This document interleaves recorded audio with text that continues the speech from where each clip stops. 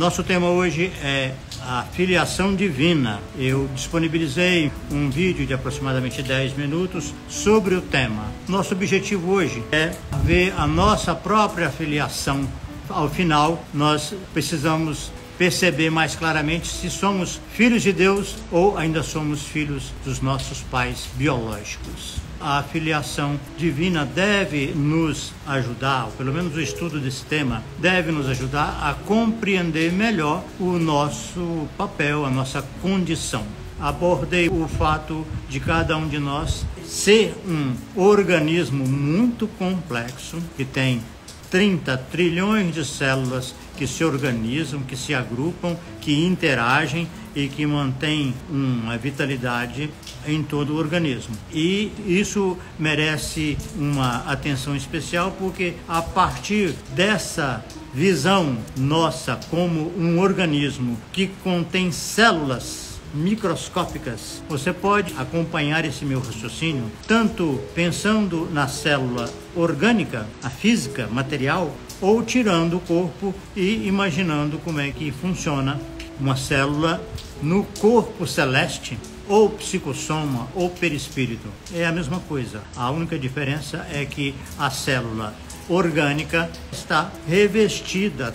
Todo o conteúdo da célula, todas as organelas, desde o núcleo, mitocôndrias e etc., todos eles estão envolvidos por uma matéria e, consequentemente, se tornam visíveis para os nossos olhos. Se você tirar esse envoltório que está desde as entranhas da célula até a pele, você tem o corpo celeste com as células no estado original.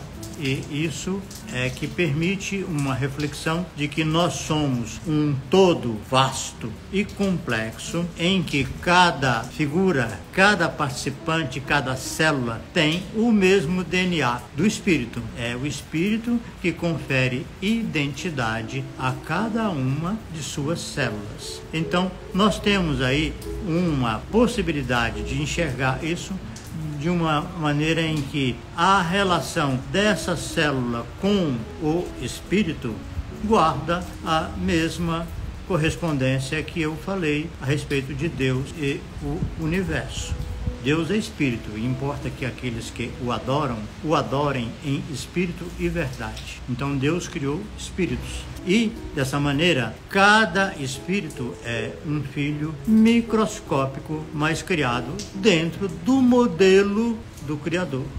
Ou seja, Deus é uma inteligência e uma capacidade muito grande, infinita, e cada filho, ainda que pequenino em comparação com a vastidão de Deus, é uma figura que reproduz esse esquema, que o conceito de que nós somos criados à imagem e semelhança de Deus, que vigorou no Velho Testamento, evoluiu agora para que nós sejamos considerados e nos sintamos filhos. E ninguém é filho se não for parecido com o Pai. Então, nós temos no nosso organismo, a nossa estrutura, a nossa constituição é de um ser que tem uma parte de inteligência, de pensamento, de capacidade de refletir, de analisar, de decidir, de amar, de compreender, de perdoar. E isso, assim, são os elementos que fazem parte do espírito. O organismo seria o prolongamento desse espírito, a parte que corresponde ao cosmo perante Deus. Então, Deus é um ser supremo, inteligência e potenciais infinitos, acoplado a uma criação. Nós somos esse mesmo modelo, só que numa escala micro, perante o Criador, perante a sua criação.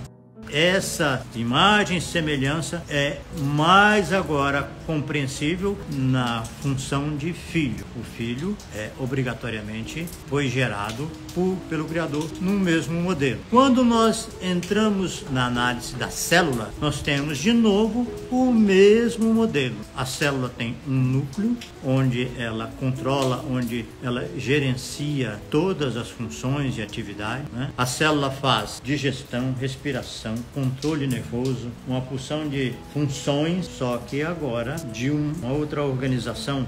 De qualquer forma, guarda esses aspectos, que são a capacidade de ter um centro gerenciador, um centro de controle de ação e organelas que mantêm a sua vitalidade, que fazem todas as funções, recebem os nutrientes do sangue e mantém aquela troca que nós vimos no nosso segundo tema, que é pegar os elementos do ambiente e estar em contínua reposição, que é um dos princípios da vitalidade, e ao mesmo tempo não perde o seu caráter, não perde a sua identidade, apesar desse intercâmbio incessante com o meio ambiente. Daqui nós podemos então dar um passo adiante, imaginar qual é a percepção que uma célula do nosso organismo, desse corpo ou desse corpo celeste, qual a percepção que ela tem de nós?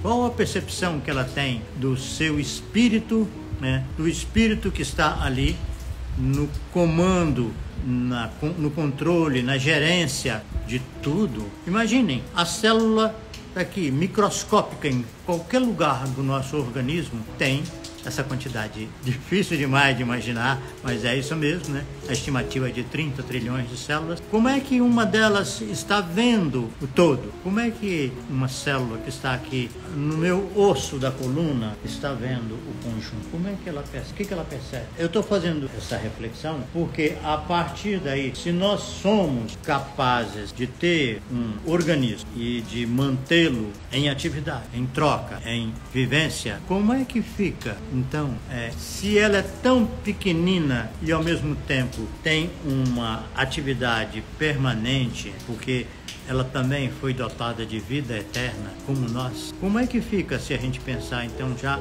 na nossa relação com o Criador? Podemos admitir que somos uma célula do Criador? Cada um de nós é uma célula que não está agrupada como nós fazemos no nosso corpo e juntamos as células semelhantes no espaço, juntando num órgão, por exemplo, porque é isso que nós temos.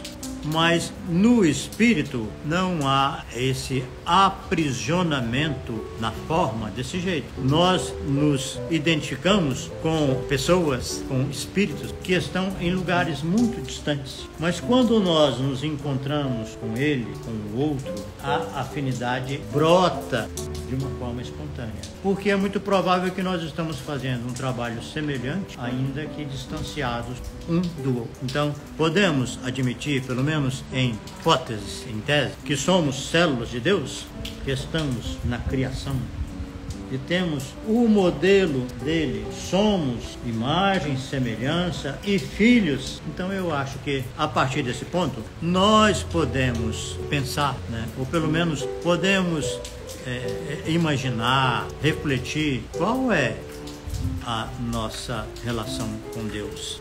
Nós somos células dele. De que maneira que nós estamos? A consciência que nós temos dele é semelhante à que a célula tem do corpo? Guarda alguma proporção?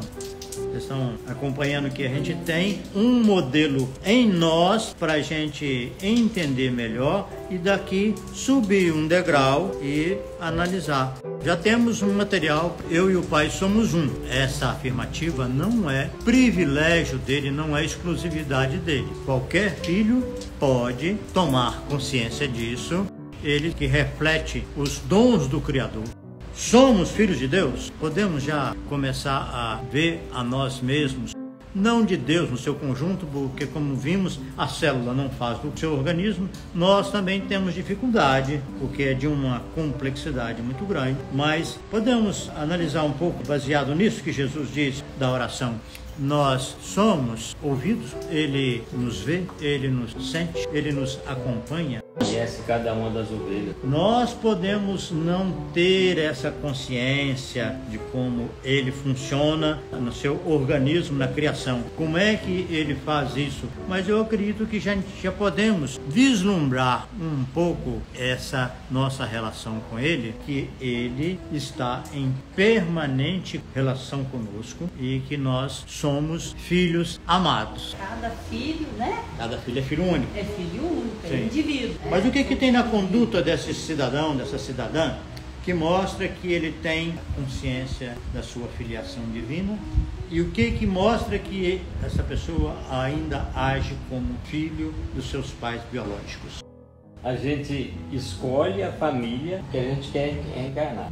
Então, primeiro a gente é uma essência de Deus pura, que desce ao planeta de acordo com as nossas necessidades, e os pais biológicos são escolhidos de acordo com a nossa necessidade, com a necessidade de cada um de nós, né? Então essa sintonia do plano do alto, o plano de Deus com o plano terreno é que forma esse conjunto, né, Gilberto? Quando você falou no final aí que tem uma associação do plano superior com o plano da Terra, aí é onde a coisa se complica, porque a herança genética acaba predominando em muitos casos. A maioria das pessoas segue a linhagem familiar. A linhagem familiar acaba predominando. No aspecto físico ou no aspecto... Nos dois.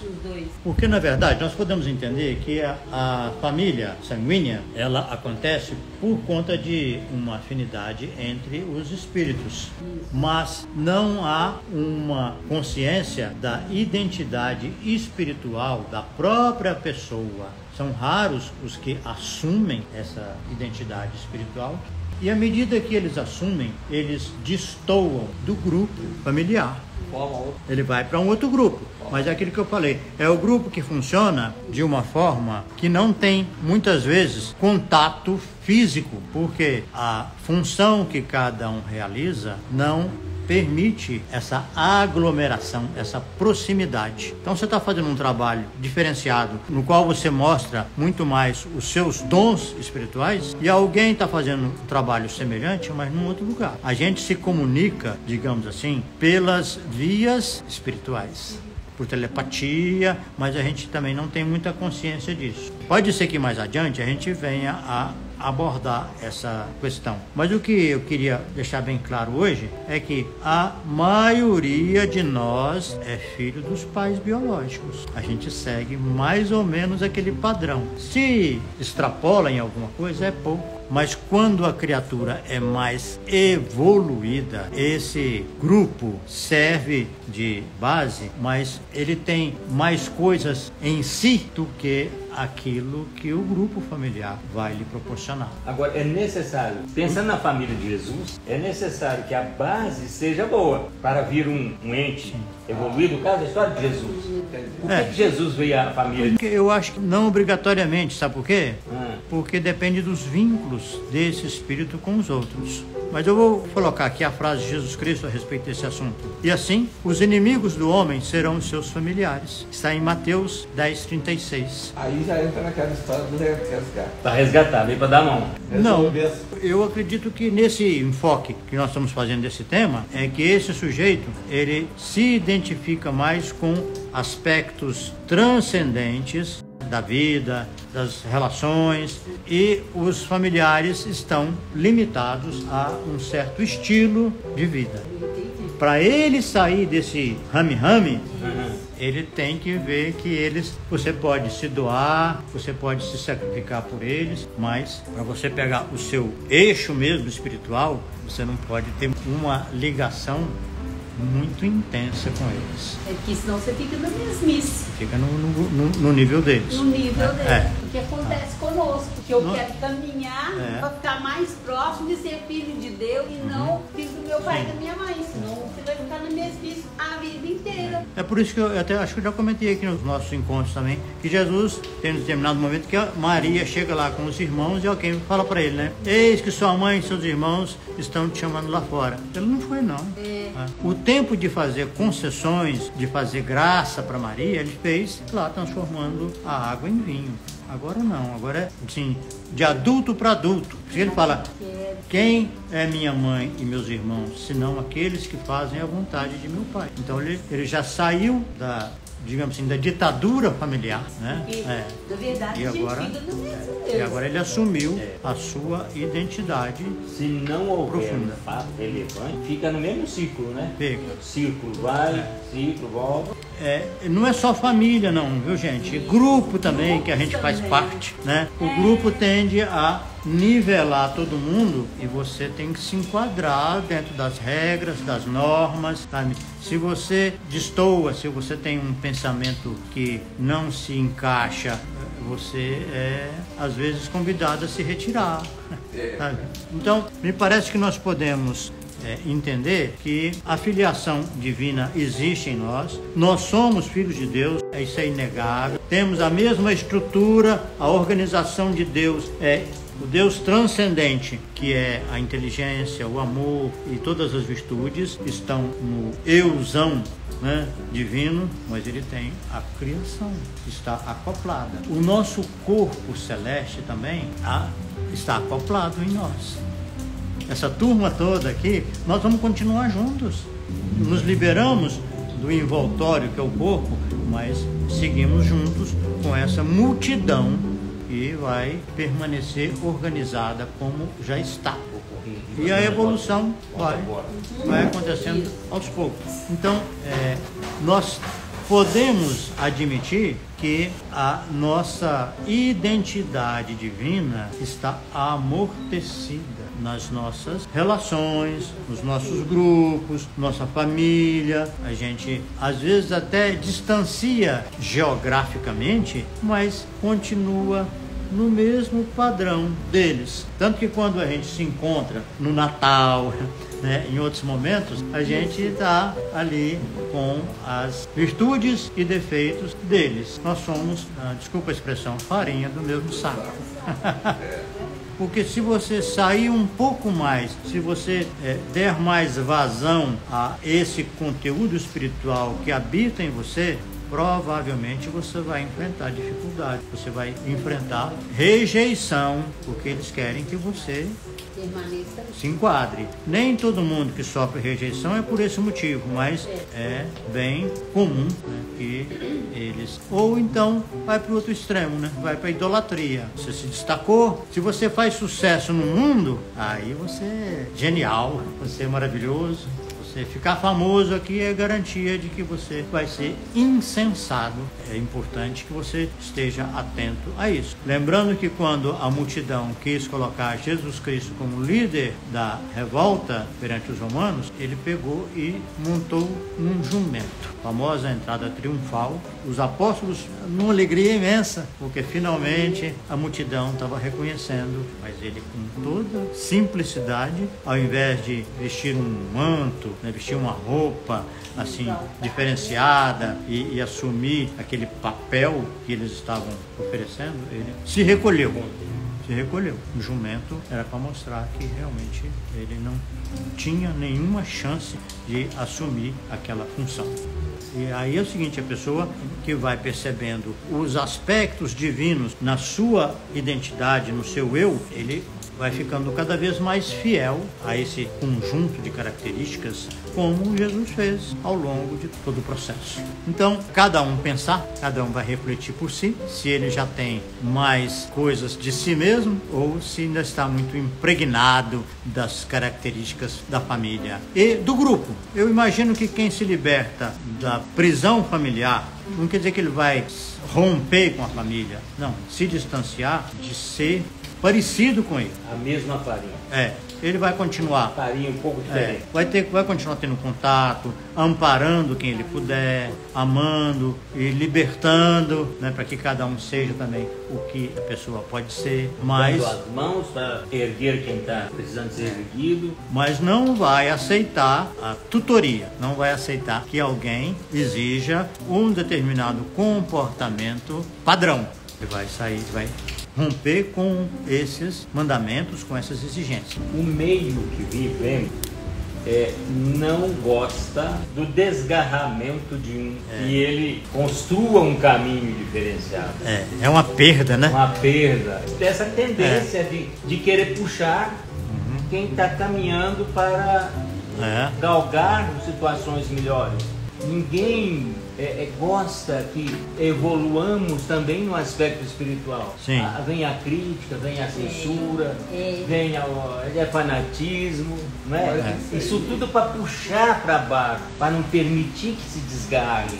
dentro do possível, dentro da aceitação deles, que mesmo esses que fogem do padrão familiar, ainda é pouco. Raros são os que realmente extrapolam bem e vivem de uma forma diferente, mudam hábitos, atitudes, pensamentos, conceitos. É possível isso, mas esse sujeito só consegue se ele for mesmo persistente, perseverante nas suas crenças, nos seus valores, nos seus objetivos. Aí sim ele vai cada vez se diferenciando mais. Eu quero voltar a um assunto para a gente caminhar para o encerramento, que é o seguinte: somos células de Deus e Deus nos ama, Deus nos acompanha, Deus cuida de nós, né?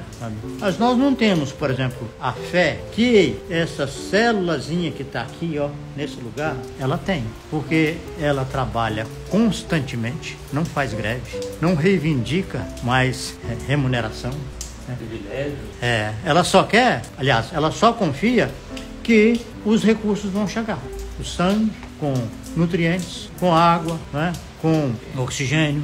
Então, ela está tranquila, então vai trabalhando. Ela trabalha 24 horas por dia, 7 dias por semana. Nós já chegamos num patamar em que a gente começa a ter as nossas elucubrações, as nossas dúvidas. Eu sei que às vezes essa pessoa, algum de nós, alguém que vai me assistir aqui, pode ter dúvida em relação a essa presença divina em nós e ao redor de nós. Então, se nós somos uma réplica de Deus microscópica, eu quero fazer um teste com vocês, tá? Vocês vão fechar os olhos, ficar bem tranquilos, e eu vou espetar com um palito, bem suavemente, para vocês me falarem depois, na hora que eu pedir para abrir os olhos, onde foi que eu espetei, tá bom? Então, por favor, fechem os olhos, fiquem bem tranquilos, tá? Prometo que não vai doer. Por favor, abram os olhos. Você sentiu espetar onde? No dedinho do pé. Parece que foi na barriga. Eu não senti. Não sentiu? Me torna pé. E você também, Ângela? Não, mas eu não senti. Não? Por Deus. Não. Então foi muito suave. Eu procurei fazer bem suavemente.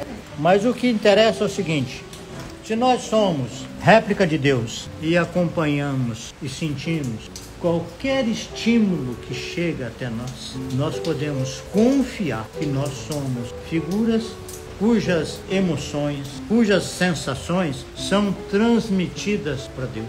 Quando nós estamos com qualquer sentimento, é como se uma célula estivesse vibrando em Deus de uma forma diferente. Se essa célula que foi tocada aí no seu corpo é capaz de registrar isso, e se ela tiver com alguma alteração mais importante, muito intensa ou duradoura, o organismo vai mandar providências para que examine, vai mandar produtos inflamatórios, na verdade ele vai mandar células de defesa, vai mandar componentes químicos para neutralizar qualquer fator externo que esteja provocando essa alteração. Isso acontece de uma forma mais ou menos automática, é coisa assim imediata, algumas até por reflexo.